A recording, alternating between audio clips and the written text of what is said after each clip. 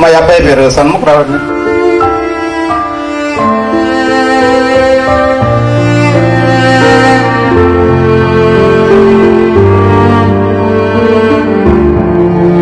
ఉపాధ్యాయునిగా పనిచేస్తున్నాను. ఈయనకి నేను మా అబ్బాయికి అప్పచెప్పి పెట్టుకుని మాట్లాడము.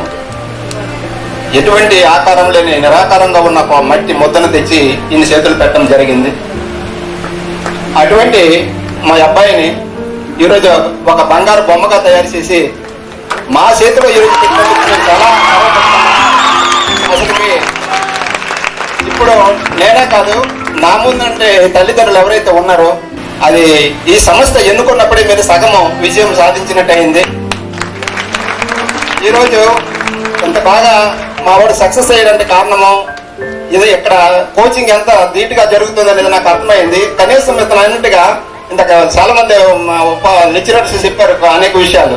మా అబ్బాయికి అయితే జాయిన్ చేసాం కానీ కనీసం విజిట్ చేయడానికి రావడానికి కూడా తీరిక లేక లేదు సందర్భాలు ఏర్పడి కనీసం రాలేకపోయాము. కానీ తను తీసుకొని ఎంత విజయతరాలకి తెలిసినట్టే గొప్ప కర్తవ్యాన్ని ఆయన నిర్వర్తించడం అనేది చాలా సంతోషకరమైన విషయం అనేసి మీ అందరి తరఫున ఈరోజు పేరెంట్స్ అందరి తరఫున పడిన ఆయనకి కృతజ్ఞతలు తెలియజేయడం జరుగుతుంది. ఒక 2 విషయాల్లో, ఎందుకంటే మా అబ్బాయి సంగతి నాకు తెలుసు, 2 విషయాల్లో నేను ఎప్పుడూ ఆయన కోసం ఆలోచిస్తునేవాడిని. ఇంగ్లీష్లో డెప్త్ నాలెడ్జ్ లేదు, అందులో కానీ ఫెయిల్ అయితే మిగతా పేపర్లు ఇద్దరు అనేటప్పుడు కదా దాని మీద నాకు రిజల్ట్ వచ్చిన వరకు ఆయన చాలా డౌట్గా ఉండేది. రెండో విషయం ఏంటంటే మ్యాథమెటిక్స్ లో కంప్లీట్ గా నిల్లు నాలెడ్జ్ లేదు. కంప్లీట్ గా ఎక్కడికి వచ్చిన తర్వాతనే ఆ సబ్జెక్ట్ లో కూడా కంప్లీట్ గా గెయిన్ చేసి నాలెడ్జ్ ని గెయిన్ చేసి విజయాలకి చేరుకొని 3 జిల్లాలకి ఒకే ఒక పోస్టు మా కమ్యూనిటీలో, అంటే మా ఎస్టీ కమ్యూనిటీ అండి, 3 జిల్లాలకు ఒకే ఒక పోస్ట్ ఉండేది సివిల్ ఎస్ఐ. అది మా అబ్బాయికి ఈరోజు వచ్చింది. ఇక్కడ ఈయనకి చూడటానికి, ఆయనకి అభినందించడానికి, ఈయనకి ఒకసారి ఆ వ్యక్తిత్వం, ఎటువంటి వ్యక్తిత్వం అనేది గొప్పదైనప్పుడు అన్ని కూడా సక్రంగా అన్ని జరుగుతాయి. అటువంటి వ్యక్తిని ఒకసారి చూడాలనే ఉద్దేశంతోనే ఇక్కడికి ఆయనకి సందర్శించడానికి వచ్చారు తప్ప సన్మానం కానీ కాదు. అటువంటి గొప్ప వ్యక్తిని ఒకసారి చూడకపోతే మా బాగుండు అని చెప్పేసి ఈరోజు సెలవు దొరకపోయిన సెలవు పెట్టి మరి ఆయన కోసం ఆయన చూడాలనే ఉద్దేశంతో వచ్చాను.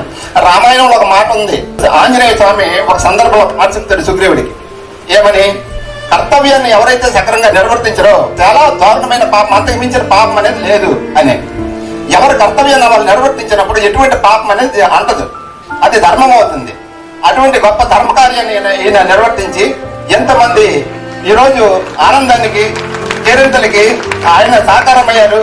మా అబ్బాయి తన జీవితానికి ఈరోజు మంచి భవిష్యత్తుని ఇచ్చినట్టు గొప్ప వ్యక్తిగా మా కుటుంబంలో ఎన్నో, మా కుటుంబం అనే కాదు, మన ముందు ఇప్పుడు ఇందాక చాలా ఒకసారి చెప్పారు, చాలా మంది ఇంటి దగ్గర సప్పులు చేసి ఎన్నో కుటుంబాలు బాధపడి ముందుకు వచ్చినట్టే కుటుంబాలు చాలా ఎక్కువ ఉన్నాయని. అటువంటి సందర్భాల్లో మన కుటుంబాలు అందరూ ఎన్ని కుటుంబాలు ఆయన నాకు చెప్పారు, 12,000 మంది జనాలకి నేను భవిష్యత్తుని ఇచ్చానని.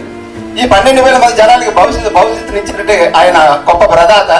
మరి ఇంతమంది జీవితాలకి ఒక ఆనందాన్ని నింపే వ్యక్తికి ఈరోజు జరిగిన సన్మానాలు అనేవి అతనికి సందాలని, ఇంకా భవిష్యత్తులో ఇటువంటి కార్యక్రమాలు ఎన్నో జరగాలని, దానికి తన కుటుంబానికి ఎలవేళ దేవుడు సదా కాపాడాలని కోరుకుంటూ అవకాశం ఇచ్చిన మీకు అందరికీ మరోసారి ధన్యవాదాలు తెలియజేసుకుంటూ